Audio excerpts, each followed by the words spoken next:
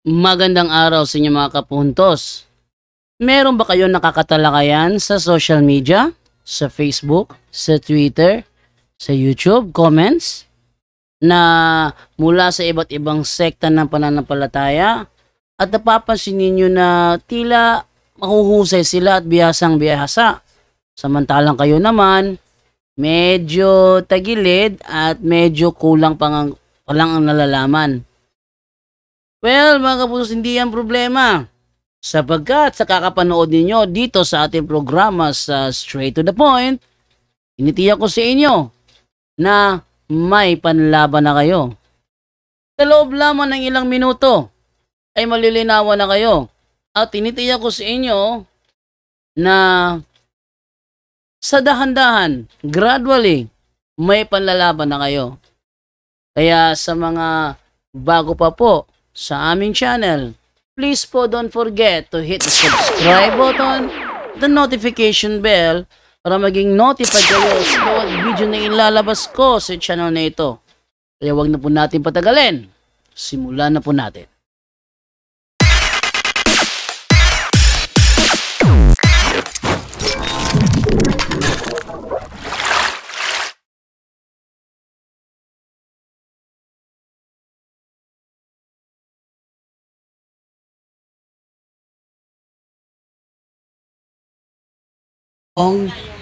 Is the true church. Focus. Do not present using the text of the Bible, because the church where you belong, that is what you are going to present right now. Ayun nga, moderator. At yung kinaaniban kong iglesia, yun yung nasa Biblia. Ngayon, kung ayaw mo nung tema ko, edi wag tayo magdiskusyon. So, paano niya mag-presenter pag hindi siya gumamit ng teksto? Kaya gagamit ako ng Biblia, Brother Janto. Moderator, mag-debate tayo sa tema. Ganyan, moderator. Ang napag-usapan kasi namin is about true church founded by Christ. Tama. Oh. So, kung sabihin mo yung turo, kung saan-saan nalilipad yan eh. Saan nalilipad yan. Ang dapat niyang pagpukusan, yung mismong iglesyang kinaaniban niya, iyon ang iglesyang tinatag ni Kristo. Huwag niya munang anuhin yung turo, kundi yung iglesia mismo kinaniban niya. Moderator.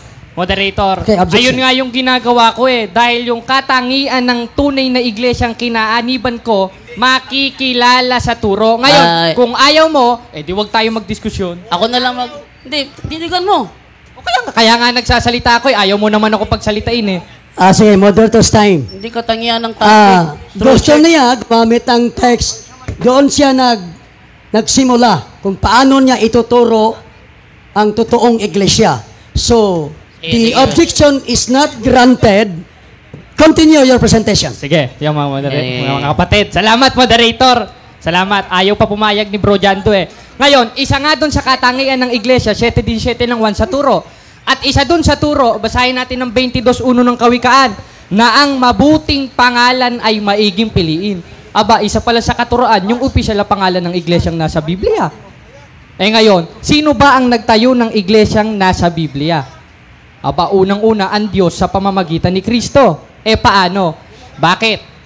12:49 ng 1. Sapagkat ako'y hindi nagsasalita ng mula sa aking sarili, kundi ang amang nagsugo sa akin, siyang naguutos kung anong aking sasabihin at kung anong aking sasalitain. Ibig sabihin, lahat ng sinasabi ni Kristo, future progressive yun eh. Sasalitain eh. Hindi pala sa kanyang sarili, kundi ang amang nagsugo sa kanya. Kaya kung babasahin natin yung konteksto ng 16:18 ng Mateo, nasa ibabaw, itatayo ko ang aking iglesia, ang ama pala nagsasalita dun sa pamamagitan ni Kristo. Ngayon, kung ang ama ang nagtayo sa pamamagitan ni Kristo, kaninong pangalan tatawagin nyo? Dahil isa sa katangian ng iglesyang nasa Biblia, yung pagpili ng mabuting pangalan. Sa pangalan ba ng Roma, gaya ng iglesia niya, na iglesia katolika, apostolika, Objection, romana? moderator. Objection, moderator. Sige. I suggest sa ating katunggali moderator na mag-focus siya sa iglesyang kinaaniban niya at huwag niyang pakialaman ang hindi iglesyang kinaaniban niya. Moderator. Tumitindig ako. Wala siyang pakialam sa tindig ko. No. Sa ating roles natin, dapat focus ka sa side mo. Kaya nga, so, the objection is granted. Continue. Sige, ngayon. Binasa natin kanina, isa sa turo kasi pinapakailaman tayo ni Jando yung pagpili ng mabuting pangalan. Balik tayo doon. Ngayon, ang nagtayo ng iglesia, ang Diyos sa pamamagitan ni Kristo, kanino ba dapat pangalang tatawagin? 43:7 ng Isayas. Bawat tinatawag sa aking pangalan, hindi pala sa pangalan ng Roma, ay yung aking nilikha sa aking kaluwalhatian. Aba, sino ba nagtayo ng iglesia o nagtuod nun? Hindi ba't si Kristo? O hindi ba't ang Ama at si Kristo? At si Kristo kinasangkapan ng Ama para magtayo ng iglesia. Ngayon, tatawagin sa pangalan ng Diyos, sabi sa 43:7 ng Isayas. Kaya iglesia, o moderator, nagdi-distract moderator. Okay, please behave, please behave. Okay, please Ang behave. nag-uusap po kami ni Jando, hindi po tayo nag-uusap. Sige, continue. O, ngayon, hindi kasi ako makapag-focus, nagsasalita si Kuya. O, sige. Ngayon, ang isa sa turo, yung pagpili ng mabuting pangalan. At yung tinayo ng Diyos, sinatawag sa pangalan ng Diyos. Kaya nga iglesia ng Diyos At yun ang kinaaniban ko. Basahin natin sa 3:15 ng unang Timoteo. Ngunit kung ako'y magluwat ng mahabang panahon, ay upang maalaman mo na kung paano sa mga tao na dapat ugaliin sa bahay ng Diyos. Elin yung sambahayan o yung bahay ng Diyos. Na siyang iglesia ng Diyos na buhay. Isa yan sa turo. Yung pangalan o yung pagpili ng mabuting pangalan. At isa dun sa trace ng tunay na iglesia, yung pangalan. Dahil isa yun sa part ng pagtuturo. At isa dun sa pangalan, o yung pangalan, yung nasa 3:15 of 1 Timothy, ay Church of God o Iglesia ng Diyos. Ngayon, paano ba kami naanib sa Iglesia ng Diyos? At paano ba natin mapapatunayan na ito yung totoong iglesyang nasa Biblia? Aba, unang-una, nakaanib kami dyan sa pamamagitan ng pagtanggap sa turo't Ebanghelyo. 3:6 ng Efeso, na ang mga hintili tagapagmanat kasangkap ng katawan, na may bahagi sa pangako na kay Kristo Jesus sa pamamagitan ng Ebanghelyo. At yung Ebanghelyong tinanggap namin, aba, yun ang ikaliligtas na Ebanghelyo. 15:2 ng unang Korinto. At sa pamamagitan naman nito, ligtas kayo. Kung matyaga ninyong iingatan ang mga salitang ipinangaral ko sa inyo. At yung mga salitang ipinangaral sa atin ni Kristo, na pag tinanggap natin, maliligtas tayo, isa yon sa paraan para makaanib tayo dun sa iglesyang tinuod ng Diyos sa pamamagitan ni Kristo. At yon ang iglesia ng Diyos. O ngayon, napatunayan ba natin na yung kinaaniban ko siyang totoong iglesia? Napatunayan. Katunayan, nakasulat. Bakit? Hindi naman tayo pwedeng bumasa na hindi nakasulat para patunayan natin yung iglesia natin.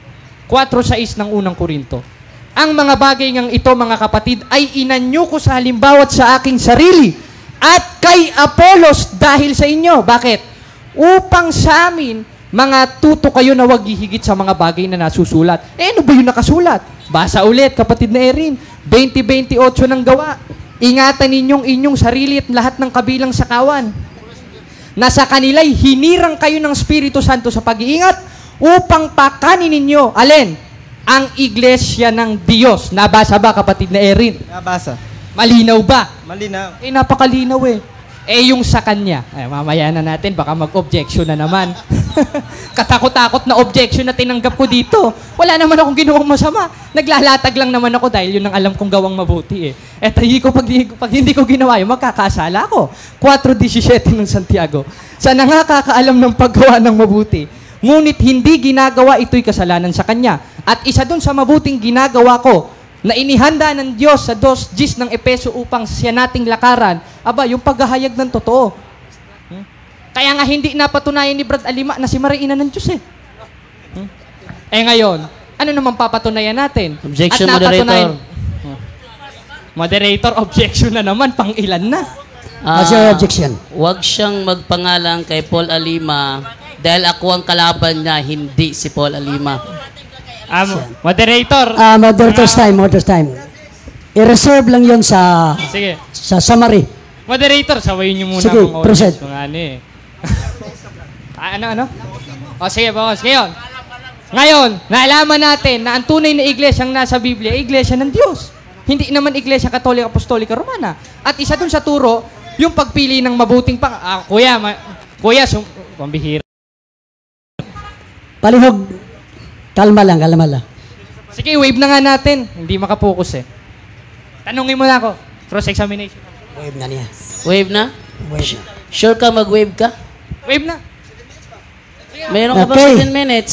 So, ilang minuto ang 7 minutes? So, Sure ka? di-wave niya ang Sige. 7 minutes. Now, let's go to the interpolation. The question and answer portion.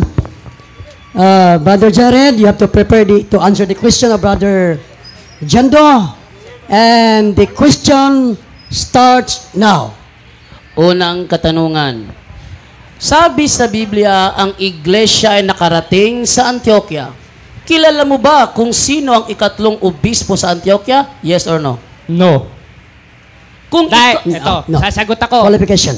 Dahil ang pinakamahalaga na malaman natin yung puno nun. At yung puno nun, yung may pagkasaserdoteng hindi mapapalitan. Sino? 7:24 ng Hebreo, si Kristo, hindi si Papa Francisco.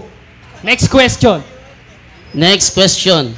Tinatanggap mo ba na hindi mo kilala ang third bishop of the Church of God in Antioch? Yes or no? Kaya nga no, hindi ko alam eh. Dahil ang pinakamahalagang malaman natin, yung may pagkasaserdoteng hindi mapapalitan, 7:24 ng Hebreo, 28:20 ng Mateo, si Kristo. Wala pang bago. Next question. Wala Next ka naman dyan, question. to. Ang iglesia ay nakarating sa Roma. Yan ay nasa Roma 1:7-8. Ang tanong, meron ba kayong chapter sa Roma? Yes or no? Meron. Meron. Qualify. Meron. At ang pangalan nun, Iglesia ng Diyos. Bakit? Dahil yun ang opisyal na pangalan ng iglesyang nasa Biblia. Next question. Saan ang exact location ng chapter nyo sa Roma? Eto. Objection, moderator. Objection. Ba't mo naman tanungin sa akin yung exact location? Eh di mag-search ka sa Google Map. Next question. Objection, No. moderator. Moderator, sumasagot ako. Moderator's time, moderator's time. Nagtatanong siya. Parang marinig niya na mapapatunayan mo na totoo kang belong to the true church. So kaya nga, sagutin mo. Sumasagot ako, moderator. Sumasagot ako, pero your objection is not granted. Repeat your question. Inamin mo kasi na yung iglesia na nasa Biblia, dyan ka napaanib. At ayon sa Biblia, nakarating yan sa Roma. At tinanong kita, meron ba kayong chapter sa Roma? Sabi mo, yes. Saan ang exact location ng iglesia nyo na nasa Roma? Hindi ko alam dahil di pa naman ako nakakapunta doon. Jando. Ang mahalaga, moderator, objection moderator, sumasayaw, debate ito. Wala kang karapatang sumayaw, wala ka sa disco. Moderator's time. Sumasayaw, moderator, Huwag kang tarantana. magsasayaw-sayaw dyan. Nando. So, pakibehave lang, payog. Okay, next question. Next question. Ayon sa Roma 15:24, ay pinuntahan nila ang Espanya. Ang tanong, meron ba kayong chapter sa Espanya? Meron, nandun na nga mismo sa binasa mo. At hindi katoliko yon dahil iglesia ng Diyos yon dahil tatawagin sa pangalan ng Diyos. Moderator, baka sumayaw. Ingat-ingatan nyo, ha? Next question. Saan naman ang exact location ng iglesia nyo sa Espanya? Ito, moderator, wala namang nakalagay sa Biblia na address. No. Pero nakasulat sa Biblia sa Espanya at hindi katoliko yun, Jando. O ingatan nyo, baka sumayaw ulit. Next question. Repeatin mo. Okay. Mula sa Espanya, kailan nakarating ang iglesia ng Diyos sa Pilipinas? Aba, nakarating mismo ngayon, kaya nga nakarating rin sa Tagbilaran eh. Objection, moderator! Sasagot ako, Objection, moderator! Sasagot ako. Objection. What is your objection? Huwag kasi daming satsat. Sumasagot ka ng Hindi diretso. Nag-object pa. Kailan nakarating ang iglesia ng Diyos mula Espanya papuntang Pilipinas? Sagot. Babasahin ko. Objection. Sagot. Sasagot ako, babasahin ko. Sige. Babasahin ko. Ngayon, eto ano ba, letra por letra ba? Yes. Letra por letra. Kung letra por letra mo, hanapin sa akin, hanapin ko rin sa'yo saan mabasa sa Biblia, Iglesia Katolika, Apostolika. Letra por letra. Yung trabaho mo ay sasagot sa Unfair, moderator, pagsabihan nyo. Moderator's time. So, ang trabaho mo ay sasagot sa kanyang Sumasagot ako, moderator. Okay, sagot. Sige. Babasahin No natin. comment side, ha? Sige. Side comments. Babasahin natin sa 3 Gs hanggang 11 ng Epeso upang sa gayon, sa pamamagitan ng iglesia ay maipakilala sa mga pamunuan at kapangyarihan sa sanglibutan, kasama Pilipinas doon, ang sari-saring karunungan ng Diyos. Kailan? 11. Ayon sa panukalang walang hanggan. Ibig sabihin ng walang hanggan, kahit 90s na, kahit 4th century, nandun na yun. Babasahin mo na lang at aanib ka. Objection. What is your objection? Objection na naman. Very clear ang tanong ko. Very clear rin ang sagot ko. Wala, nag-object siya. Moderator ng asa. Very clear ang tanong ko. Kailan nakarating ang Iglesia ng Diyos mula sa Espanya papuntang Pilipinas? Anong taon? Ang taon ang ibigay mo. Sige, anong taon? Babasa ko. 1st century, pwede yun. Bakit? Dahil sabi sa 3:11 ng Epeso, ayon sa panukalang walang hanggan. Ibig sabihin ng ayon sa panukalang walang hanggan, 1st century, 2nd century, kasama yon. Next question. Ipain mo. Next question. Giba. Saan mo naman nabasa na noong 1st century may iglesia ng Diyos na sa Pilipinas? Sa Biblia rin. Doon rin mismo sa konteksto nun. Basahin ko ulit, moderator, ha? Objection, Babasahin moderator. ko. Ayaw ako pabasahin. Objection, moderator. Babasahin mo na niya. Babasahin mo na. Basahin Basahin niya. natin ulit sa 11. Ayon sa panukalang walang hanggan. Ibig sabihin ng panukalang walang hanggan, mula umpisa hanggang ngayon, may iglesia ng Diyos. Moderator's time. Babasahin. Hindi yung memorize mo, babasahin. Nabasa na, moderator. Nabasa na. Hindi ka nagbasa. Nagbasa ko, moderator. Wala, hindi ka nagbasa. Nagbasa ko, moderator. At ibigyan niyo akong Biblia. Nabasa ko na. Nabasa ko na, moderator. Memorize yun. Next question naman, Jando. Next question. Sige, next question. Ulitin ko, moderator, kasi hindi niya sinasagot ang Sumasagot tanong. ako, moderator, ha? Ang ginagawa niya, moderator, is strawman fallacy. Ulitin ko, ha? Inamin mo na may kasama kayo sa Espanya at ngayon sa Pilipinas. Ang tanong, anong taon nakarating ang Iglesia ng Diyos mula sa Espanya hanggang sa Pilipinas? Sabi ko nga sa'yo, pwedeng 1st century, pwedeng 2nd. Bakit? Babasahin ko ulit sa 3:11 ng Epeso. Nasa panukalang walang hanggan kasi dahil ang iglesia, umiiral yun, 16, 18, 19 ng Mateo at hindi pananaigan ng Hades. Nasagot ko na, moderator, wag nang paulit-ulit, hindi ka naman rapper. Next question. Moderator's time. Next question, Janto. Ang gusto niyang marinig, yung tanong niya, kailan dumating, yung iglesia ng Mula sa Diyos Espanya, dito. papuntang Pilipinas. Ayun nga, ito, sasagot. So, ang gusto niyang marinig, yung exact date, yung nagpunta ang isa dito sa Pilipinas. Nasagot ko na, moderator. Hindi yun. Hindi, ang ibig niya sabihin, yung pizza ng ang iglesia ay dumating sa Pilipinas. Moderator, Sagot. isaway muna yung moderator. Sagot. Sige, sabi ko, pwedeng 1st century. Next question. Bakit? Sasagot ako, wag ka sasayaw. Dahil sabi sa 3:11 ng Epeso, nasa panukalang walang hanggan. Ibig sabihin ng panukalang walang hanggan at 16-19 ng Mateo, hindi pananaigan ng Hades, mula 1st century hanggang panahon ni Kristo, hanggang ngayon, umiiral yun. Ano ka ba naman dyan, do? Hindi mo pa ba naintindihan yun? Next question. Next question. Inaamin mo ba na hindi mo maibigay ang exact date kung kailan nakarating ang Iglesia ng Diyos mula Espanya to Pilipinas? Yes or no? No, bakit? Eto, naipahayag ko nga, moderator, Naipahayag ko. Ngayon, kung hindi mo maiintindihan yun, problema mo na yun. Baka ikaw yung kinatuparan ng 2 Korinto 4:4. Gibain mo dyan, Okay, next Gibain mo. question. Hindi mo nagigibay. Nagtanong ako sa kanya, inaamin mo ba na hindi mo maibigay ang exact date? Sabi niya, no. Okay, dahil nag-no ka, ibigay mo ngayon ang exact date Sige, kung kailan nakarating sa Pilipinas ang Iglesia ng Diyos. Eto, bibigay ko. Ayaw niya ng sagot ko. Sabi ko, pwedeng per century, second, third, fourth, fifth. Ikaw na lang mag-apply, basahin mo Yun na ang lang. kanyang sagot, Next Badanda. question, moderator. Next question. Ipitin mo ko, Jando. Saang referensya mo nabasa na pwede sa first century, pwede second century, pwede third, pwede fourth century? Saang history mo nabasa yan? Ito, pag nabasa ko ba, tapos ng diskusyon, talo ka na dyan to. Eto, sige.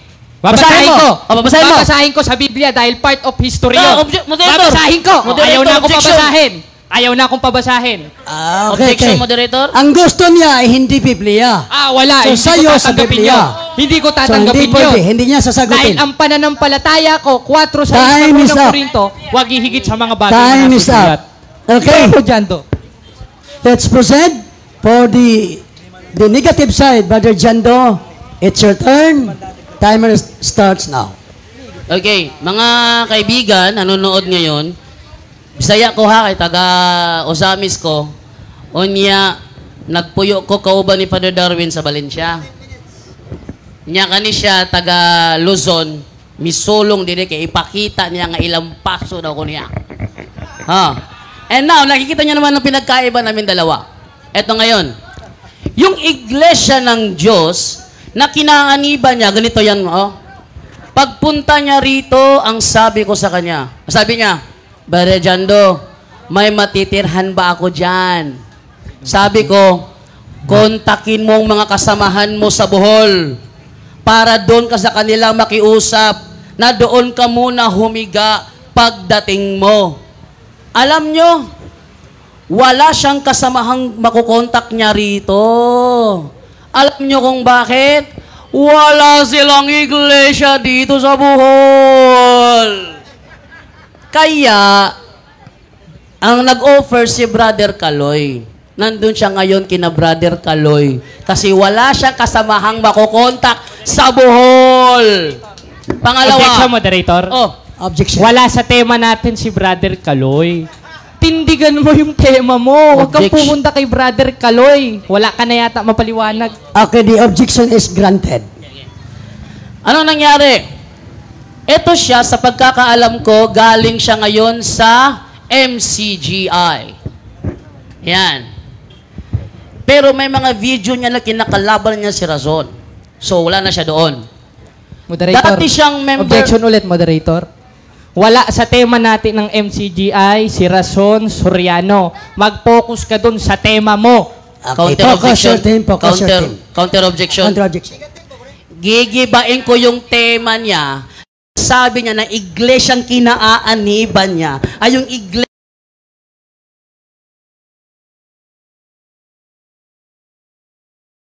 Okay. The objection is not granted. Continue. Ngayon, eto siya, galing siya sa MCGI. Ang MCGI, dati kilala yan sa tawag na mga kaanib sa Iglesia ng Diyos kay Kristo Jesus, haligi at saligan ng katotohanan sa bansang Pilipinas Incorporated na mula sa pangalang Iglesia ni YHWH na tumiwalag galing kay Nicolas Perez. Yan. Kasi tumiwalag si Elis Soriano kay Nicolas Perez, ang reason nun, hindi matanggap ni Elis Soriano na ang papalit kay Nicolas Perez ay si Levita Gugulan. Kaya, umalis si Elis Soriano, nagtatag ng iglesia, doon siya unang naanib. And then tumiwalag siya doon. Next, si Elis Soriano saan naman galing?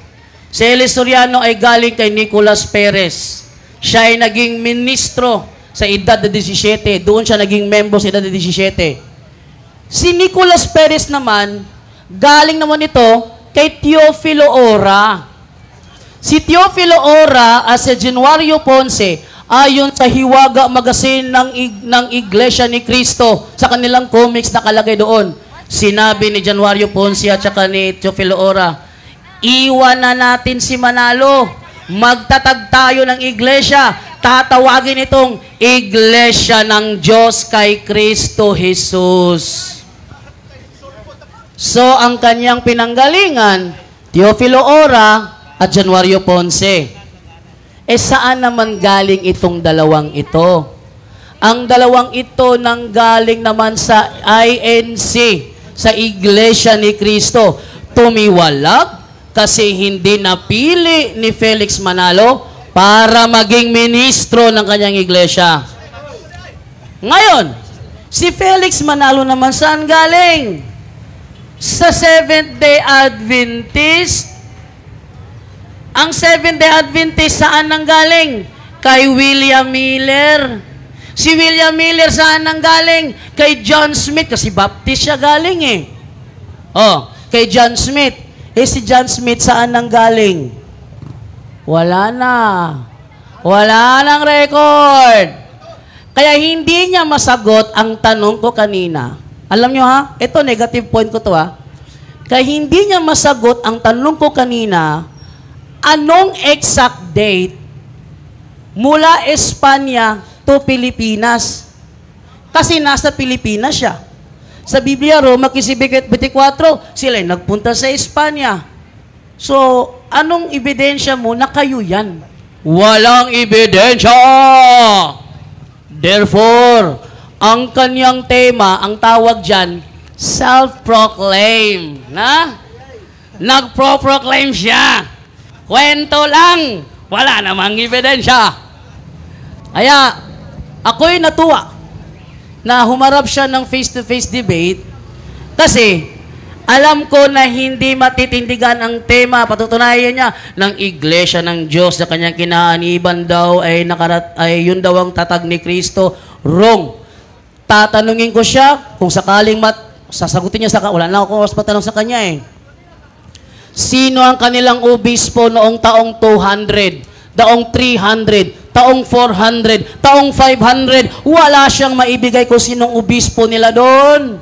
Sinong obispo nyo noong 1521 nang ang Kristyanismo ay nakapasok sa Pilipinas? Sino ang obispo nyo noon? Hindi niya yan masagot kasi hindi pa sila existing ng panahong yon. Yon ang reason. Kaya ang kanyang tema, self-proclaim niya, itatakbo sa aral kung saan-saan iglesia ka dapat mag-focus, hindi sa aral. Ha? Kaya nga iglesia patutunayan eh. Kung iglesia bang kinaaniban mo o nang aangkin lang kayo. Sabi niya, hindi kami ang tunay na iglesia. Tama. Umanib lang kami. Paano ka umanib? Siya, napaanib sa grupong yan, binautismohan siya. Dumaan siya sa mass indoctrination.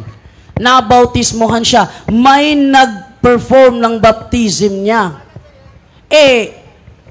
Kaya paano kayo umanib sa iglesia na nasa Biblia? 2 Korinto 1:1, iglesia ng Diyos na nasa Korinto. Sinong obispo sa iglesia ng Diyos na nasa Korinto ang nilapitan nyo para mapaanib kayo? Wala rin. Sinong obispo sa Efeso, sa Roma, sa Galacia? Ang Galacia ngayon, Turkey yun eh. Sa Galacia, sa Pilipos, na nagbautismo sa pinakaunang membro nyo? Wala rin. Bakit? Nagbasa lang naman. Basa tayo. At kopyahin natin yung aral. At sa ating pangungopya sa kanilang aral, nakasanib na tayo. Mali. Dahil kahit kopyahin ko pa, o kahit ng sino man, ang doon nilang aral na ginagawa, hindi yan batayan para membro na ako nila. Bakit? Nangongopya lang ako eh. Para bang estudyante. Alam ko na ang paaralang yan ang maghahatid sa akin sa tagumpay pag nakapag-graduate ako dyan. Paano ka gagraduate kung hindi ka naman nagpapa-enroll? Sa madaling salita, yung claim niya, ay claim na lang yun.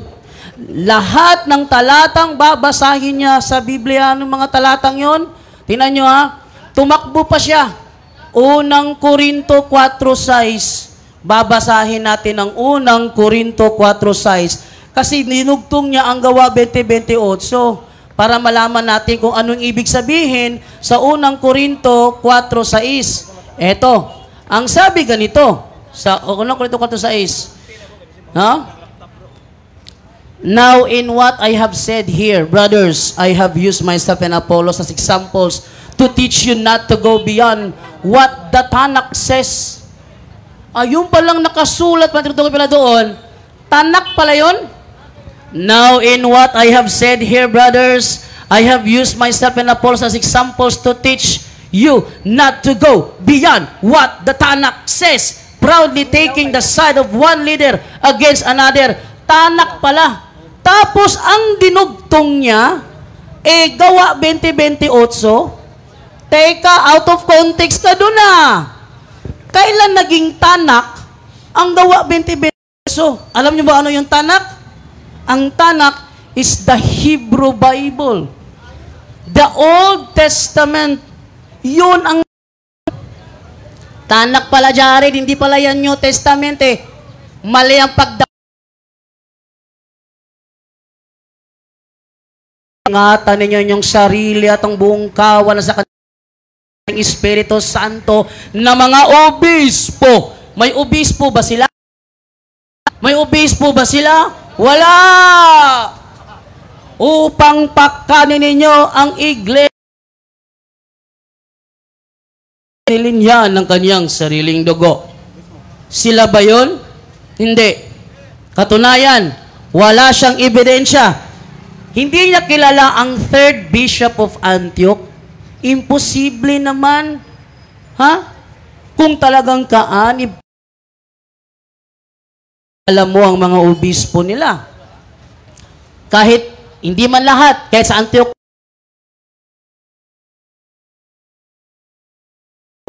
kaso ni isa, sabi niya, hindi mahalagang pag-aralan yan. Ano hindi mahalaga? Paraan yan para matrace mo kung nasa tunay na iglesia ka nga. Eto pa, matindi. Kung tunay ang iglesia nito nakarehistro, ano ang requirements ayon sa pasugo? Ang requirements doon, it requires Objection, the moderator. founders. Objection, moderator. Out of context siya gumagamit ng pasugo, hindi naman ako INC. Tutulan mo yung sinabi ko, huwag sa pasugo ng Iglesia ni Cristo. Dahil di naman ako Iglesia ni Cristo eh. Counter Okay, objection? Mel. Ang paggamit ko ng pasugo is one of my reference. Hindi ko sinasabing, ano siya, member siya ng INC. Ginamit ko lang as reference yun. Biblia at referensya tema eh. Oh. Okay, Moderator's time. The objection is not granted. Continue. Okay, ayan. Ayon sa pasugo, pag nagparehistro ng iglesia, it requires the in. Kailangan pala na pumirma ang founder. Bakit ang iglesyang kinaniban nito may logo? Rehistro. Pag nakarehistro, may pumirmang founder sa Securities and Exchange Commission. Sigurado akong hindi si Jesus Christ ang founder na pumirma sa kanilang rehistro. Kaya hindi sila ang tunay na iglesia. Thank you po. At hanggang dun lang. Okay, maraming salamat. And now, for the question and answer portion, Jared, for your interpolation, 10 minutes interpolation. Timer starts now. Magandang hapon mga kapatid. Pati sa iyo, Jando. Huwag ka sana sumayaw.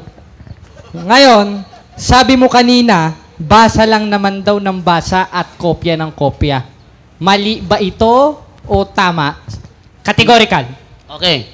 Mali yan. Dahil maraming iglesia ngayon, kopya-kopya ng aral.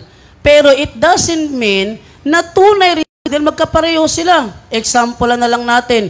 Church of God Seventh Day nagtuturo na si Kristo'y namatay sa Miyerkules. MCG ay nagturo rin si Kristo'y namatay sa Miyerkules. Ibig sabihin ba magkasama? Pareho lang sila? Hindi. Ang pangungopya ay hindi nagpapatunay na membro ka na ng iglesyang yan. Next question. O ngayon, kung sinabi mong mali, sinong mas matalino sa inyo ni Apostol Juan? Si Apostol Juan na nagsasabi na mapalad ang bumabasa at nakikinig at tumutupad. Tumupad ako, nagbasa ako, nakinig ako. Tanong ko sa'yo, sabi mo, mali yun. Sinong mas matalino sa inyo ni Juan? Ikaw o si Apostol Juan? Categorical, moderator, ha? Si Apostol Juan ang mas matalino. Ang problema lang, hindi mo alam na ang tinutukoy sa Apokalipsis 1:3 ay ang Book of Revelation lang. Dahil si Apostol Juan ay nasa Patmos nang mangyari yan, at ang tinutukoy niya, mapalad ang bumabasa ng mga hula sa aklat na ito. Anong aklat yon? The Book of Revelation. Dahil hindi naman daladala ni Apostol Juan ang buong Biblia nung siya na-exile sa Patmos. Next question. Kung sinasabi mo na mas matalino si Apostol Juan, ibig sabihin, nagkamali ka na sinabi mo na masamang bumasa, masamang makinig, at masamang tumupad gaya ng ginawa ko? Tama ba ito Objection, o mali? moderator. Sagot! Objection, moderator. Okay, what's your objection? Wala akong sinabi sa sinasabi niya. Moderator, sumagot siya sa tanong ko dahil sinabi niya yon. Ang sabi niya, Huwag kang magpatutsada, sagutin ang mo. sabi niya, moderator, mali ba daw ang mangungopya? Okay, moderator's time. Repeat your question, then listen to the question. Repeat your question. Sige, pagbigyan natin. Sige. Ngayon, objection, moderator. Itanong mo. Repeat your question. Magtatanong ako. Ito nga, magtatanong ko. Ngayon, sabi mo kanina, walang obispo sa kinaaaniban kong iglesia. Yes. Tanong ko sa'yo, sino yung tinutukoy na obispo at pastor at saserdote sa 7:24 ng Hebreo? Alam mo o hindi mo alam? Objection, moderator. Ayan na. Objection na. Ang ginagawa niya ngayon, red herring fallacy. Moderator, objection. Objection ko to. Let him finish. Sige, hayaan natin. Ang ginagawa niya, moderator, red herring fallacy. Iba ang premise, iba ang kasunod, iba ang karugtong. Ang tanong ko kasi, obispo na kinaaniban niya, ang tinakbuhan niya yung nasa Korinto. Ang layo naman. Dapat yung iglesia kinaaniban mong ibigay mo kung sinong obispo doon. O sige nga, And then what is your objection?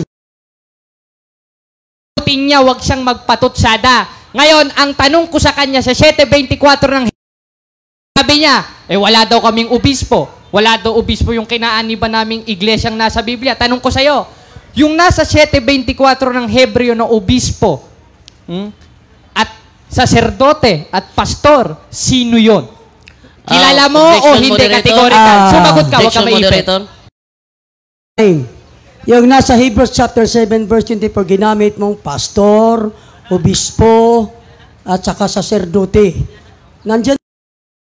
Nandyan. May pagkasaserdoteng hindi mapapalitan. Moderator, proceed tayo dun sa tanong ko. Gamitin mo ang sagutin niya. Mother's time.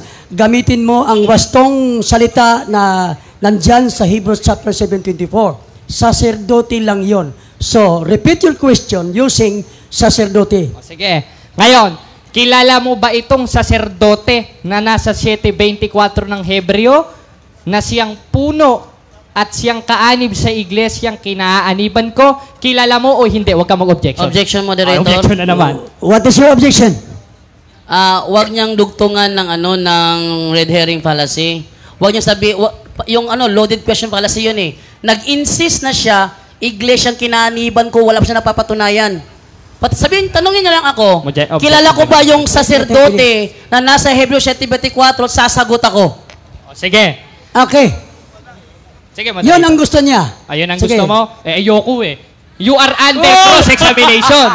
Ang karapatan mo, sumagot sa tanong ko, hindi umiwas sa tanong ko, naiipit ka na. Ang Okay. tanong ko sa'yo, kilala mo ba yung nasa 7:24 ng Hebreo? Na siyang saserdote sa kinaaniban kong iglesia? Kilala mo o hindi? Huwag kang umiwas. Okay, moderator's time. Ipit ka na eh. The question is related to the issue. So, you have to answer ba dyan do, didn't qualify. Okay. Ang tinutukoy na saserdote doon ay hindi yon obispo nyo. Dahil hindi yan nakarating sa lugar ninyo. At ang saserdote yan tinutukoy dyan sa Hebreo 7:24, yan ay tumutukoy sa saserdote na nasa Hebreo. Hindi yan sa lugar nyo. Kaya Next nga, question. ang tinatanong ko sa'yo, sino nga? Sino? Huwag kang magpatutsada, umiiwas, babasahin mo moderator. natin, moderator. Sino? Kilala mo o hindi? Moderator, basahin Sagot. mo na natin, basahin mo natin. Okay, babasahin niya. Para malaman natin kung sino. Oh, okay ha? Okay.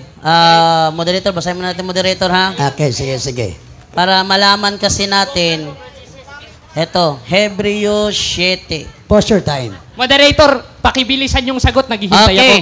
Okay, Ang babasahin mo title na. dito, Ako ang magbabasa. ang pari na si Ang Melchizedek. magbabasa, Diyan sa ang roll. moderator. 7:24. Ako ang magbabasa. Oh, yan. 7:24. Hebrews chapter 7 verse 24, it Oh. says, Apan buhi si Jesus hangtod sa kahangturan, ug ang iyang buhat sa pagkapari wala itugyan sa lain. Okay. Sasagot na ako. Sasagot na ako. Sa Tagalog, siguro, hindi niya nalaman. Sino daw ang saserdoteng tinutukoy Model doon? test tayo muna. Hindi niya naintindihan. Saya yun eh. Dito Sayang, sa- moderator, di ko maintindihan. Cellphone. 7:24. Babasahin Andyan. natin sa Tagalog.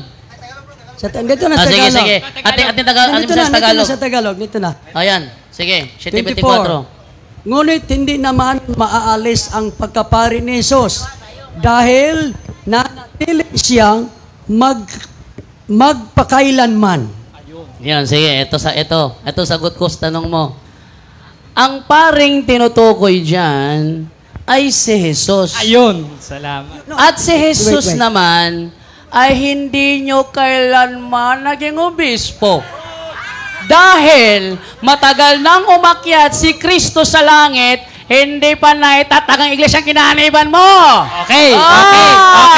Hindi daw na Okay. Question. Next question. Next question. Next question. Ngayong sinabi mo si Kristo, ano ang pinamumunuan ni Kristo na mayroong pagkasaserdoting hindi mapapalitan? 7:24 ng Hebreo. A. Iglesia Apostolika Objection, Romana. moderator. Model O B, test time. hindi na masagot. Model time. Ang tema natin ay yung iglesyang inaaniban mo. moderator? So, the question is now going to palayo sa tema. So, now change your question. Para Rito, sumasayaw, lumayo na sa tema moderator.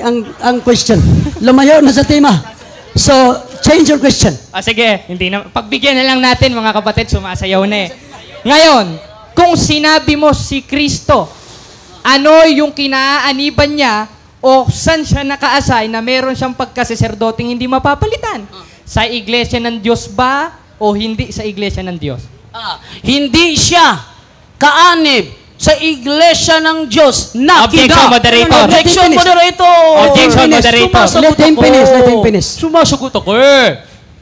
Hindi siya kaanib sa iglesia na kinaaniban mo. Next question. Ito, Next moderator, question. ulitin ko, hindi niya sinasagot. Sumasagot ako. Sinasagot niya. Mali Sagot ang ko. sagot.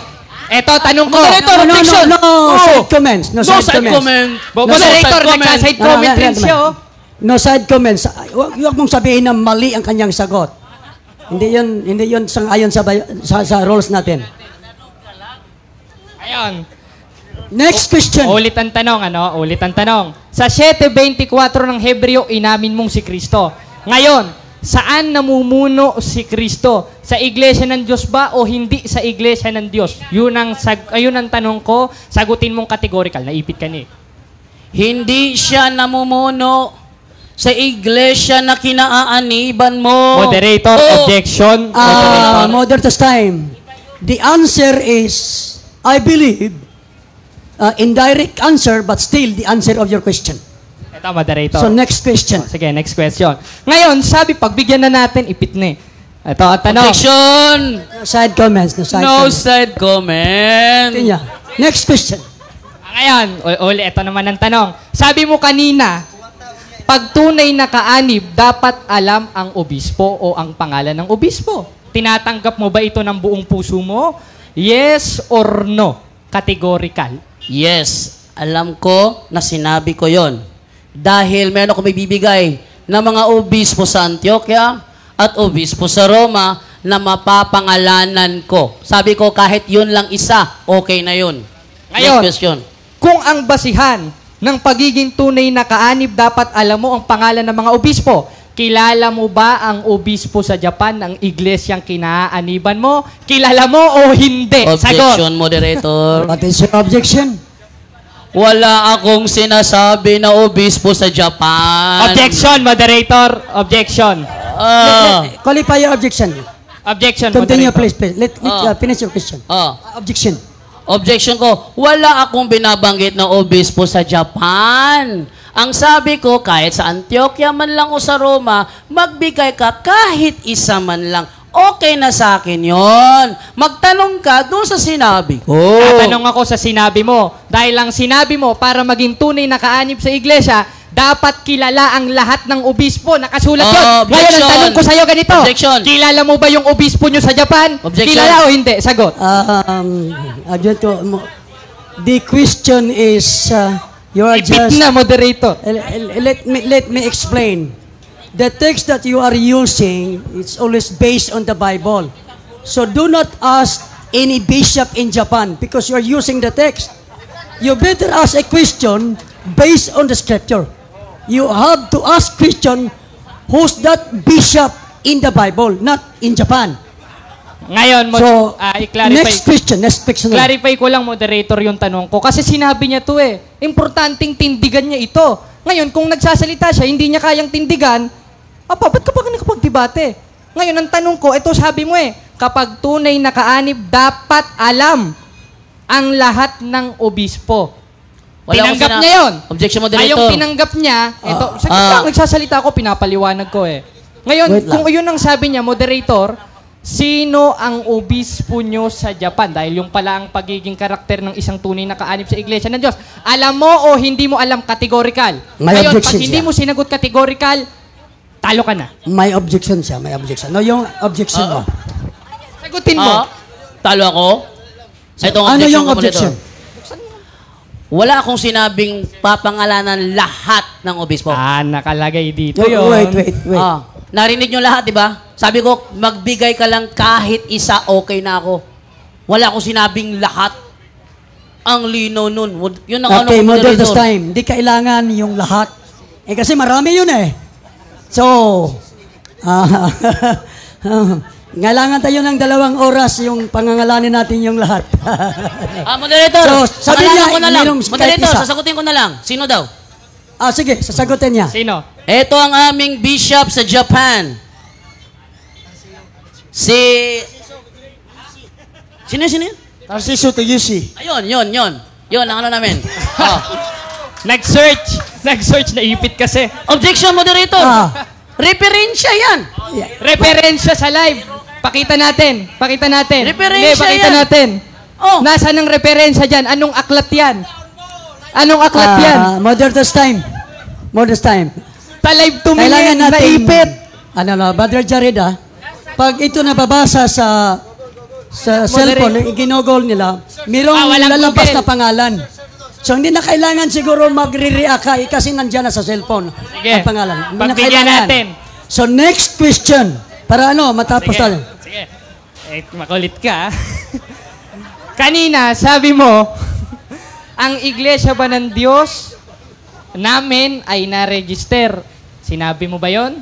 Sinabi ko yun. Ngayon, ang tanong ko sa'yo, yung kinaaniban ko kasing iglesia, yun yung tinuod ni Kristo. 33 AD. Tanong ko sa'yo, noong 33 AD o sa panahon ni Kristo, meron na bang Security and Exchange Commission nun para sabihin mong na-register yung sa amin? Sayang. Tapos na ang tayo. Ako na kasi ko kumauna. Modern Okay.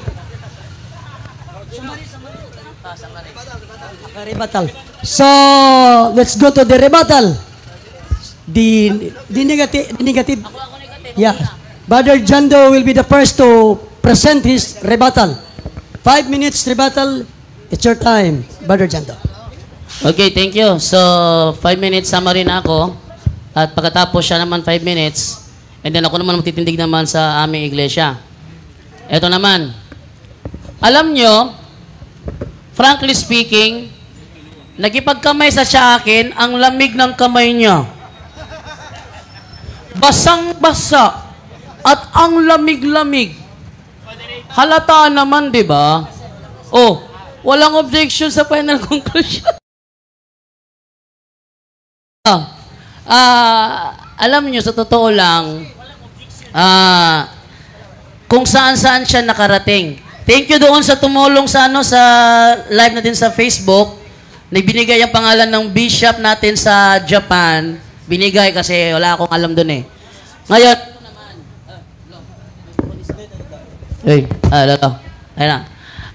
ngayon, ito naman. Ang sabi ko kanina, kahit isa man lang sa mga yon, wala ko sinabing lahat. Kasi ako mismo, hindi ko kayang ibigay lahat. Kaya ko lang ibigay ng isa. Oh. Isa lang ang sabi ko, kahit isa lang, pwede na yun eh. Wala ko sinabing lahat. Nemo that could non habit. Huh? You cannot give if you do not have. Ayon sa Mateo 12, huwag mong gawin sa iba ang ayaw mo na gawin nila sa iyo. Ayaw kong magbigay ng tanong sa kanya na kung ibabaliktad niya sa akin, hindi ko naman masagot. Hindi ko ginagawa yon. Kahit na ginawa niya kanina, ako gagawin yon. Okay? At etong mahalaga. Etong mahalaga. Natapos na lang ang debate, wala kayong narinig na sinabi niya kung paano nakarating mula sa Jerusalem papuntang Pilipinas. Wala kayong narinig na binanggit niya yon. Pero mamaya sa stand ko, ako ang magbabanggit kung paano nakarating yon. Nagsimula yon sa Jerusalem, nakarating sa Antioquia, nakarating sa Roma, nakarating sa Espanya, nakarating sa Pilipinas. Yan. At maglalabas pa ako ng mga referensya. Sayang, wala tayong projector dito para may pakita ko yung aking mga referensya para mabasa nyo rin. Kaya, sasabihin ko na lang kung ano yung mga nasa referensya bilang patunay. Kasi pag nag-claim lang tayo, claim lang natin yun. Iba kasi yung, halimbawa ganito, sabihin ko sa inyo halimbawa, sasabihin ko, member ako ng F4. Maniniwala ba kayo kahit sinabi ko, member ako ng F4? Hindi. Kailangan kong maglabas ng dokumento na kasamahan ko. Hello? Kailangan kong maglabas ng mga dokumento at ebidensya na kasamahan ko si Dao Mingso, si Watsolo, si Meso. Sino yung isa? Nakalimutan ko yung si Sunshine. Kailangan kong maglabas ng dokumento na membro ako nila. Kasi kung sabihin ko lang na membro ako ng F4, kasi kakanta ako ng, oh, baby, baby, baby. Hindi yun batayan. Kahit pa, makanta ko yung kanilang kanta, Joe, Buesesene, Niyaw de ay, kahit pakantahin ko yon at memorize ko yung bawat letra ng Niyaw de ay, Juebo Ning si Chine, sino yung Mitchurain, kahit na memorize ko pa lahat ng mga letra doon, it doesn't mean na member na ako ng F4. Kaya sa mga claim niya, kahit ilang talata pa ang basahin niya, wala siyang ebidensyang naging member siya. Kundi, nagtatag sila ng iglesia, pinangalanan, binasa niya iglesia ng Diyos. Sa Young's literal translation, nakalagay doon, Assembly of God. Paano ngayon yan? Dahil yung Church of God, hindi naman official name yun eh. Bakit? Sa Young's literal translation, nakalagay doon, Assembly of God. Assembly of God ka ba? Hindi rin naman.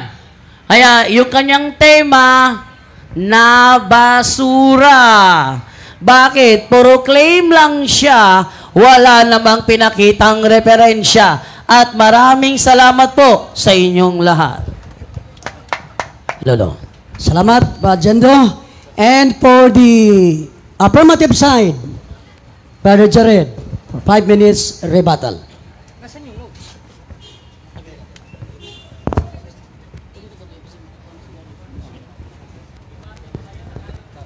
Yan na, magandang gabi. Kumakanta, wala naman sa tema. Wala naman sa tema natin yung F4. Ang tema natin, True Church. Ba't ka naman pumunta sa Taiwan? Kung saan na nakarating sa sobrang taranta niya eh. Wala na patunayan eh. Tinan nyo. Ngayon, lahat ng mga sinabi niya, sasagutin natin. Moderator, yung nag-i-interrupt, moderator. Pakipagsabihan naman. Moderator. Di ako marunong magbisaya. O sige. Ngayon, nakita natin yung mga pinagsasabi ni Jando. Pero wala sa Biblia lahat eh.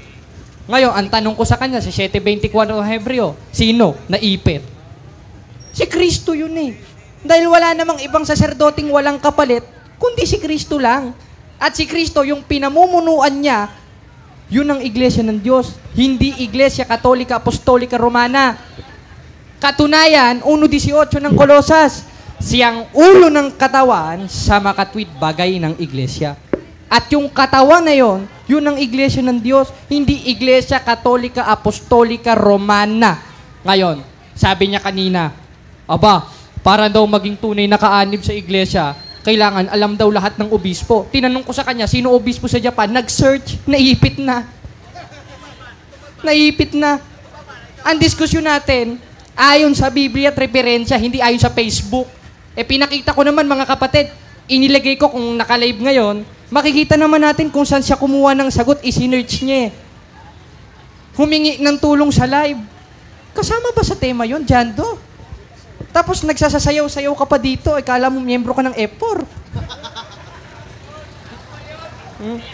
Pambihira ka naman, oh. Nagsasasayaw-sayaw, nagtatatawa-tawa. Ano na? May natindigan ba? Walay naman natindigan si Jando. Nonsense. 7:7 ng Marcos. Datapot walang kabuluhan ang pagsamba nila sa akin na nangagtuturo ng kanilang pinakaaral o utos ng tao. Kung magsasasayaw, F4. Masabihin natin yan. Ba't mo naman sasabihin yung F4? Kahit masabihin mong halimbawa dapat stick ka sa tema dahil yun ang ating pinag-usapan. Hindi ayon sa F4, kundi ayon sa Biblia at referensya. Bakit niya ginawa iyon? Ipit na kasi siya. Ipit na. Kaya pag ipit, sa Facebook kumakapit. Sa live. Kaya wala na tayong magagawa dito kay Jando Alabado. Wala na tayong magagawa dito. Ngayon, paano ba makakaanib sa iglesia at paano ba nakarating sa Pilipinas yung iglesia ng Diyos? Sa pamamagitan ni Kristo o sa ebanghelyo ni Kristo. Paano? Just 6:1. At meron akong tupa, hindi sa kulungang ito, at diringgin nila ang aking tinig. Tanong, paano narinig yung tinig? Isinulat ng mga apostol. 1:3 ng unang 1, dahil yaong aming nakita at narinig, na hindi narinig ni Jando, ay siya naming ibinabalita sa inyo. Tanong, ano yung isa sa ibinabalita ng mga apostol na nakita at narinig nila kay Kristo? Yung nasa 3:6 ng Efeso na na ang mga hintil ay tagapagman at kasangkap ng katawan na may bahagi sa pangako na kay Kristo Jesus sa pamamagitan ng ebanghelyo. At yung ebanghelyo na yon, na sa pamamagitan ng tinig ni Kristo na isulat ng mga apostol, isa yon. At kasama doon ang iglesia ng Diyos. Ngayon, tinanggap natin yung ebanghelyo. Sino naman ang tumanggap sa atin? Si Jando ba? Naku, dadalhin tayo sa Valenzuela niyan. Basahin natin sa Gis 34:35 ng gawa. At binuka ni Pedro ang kanyang bibig at sinabi, tunay ngang natatalastas ko na hindi nagtatangi ang Diyos ng mga tao, kundi bawat bansa. Kasama Pilipinas doon. Jando, kaya nga bansa Huwag mo naman sabi ibang planeta yung Pilipinas. Naku, mahuhulog ka niyan. Kung ano-ano mga pinagsasasabi, dinamay pa F4 na nanahimik doon sa Taiwan yun, dadamay mo. Ang bihira ka, no? Ang tema natin, sang-ayon sa Biblia at referensya, hindi ayon sa F4. Jando, ano na? Kanina ko pa.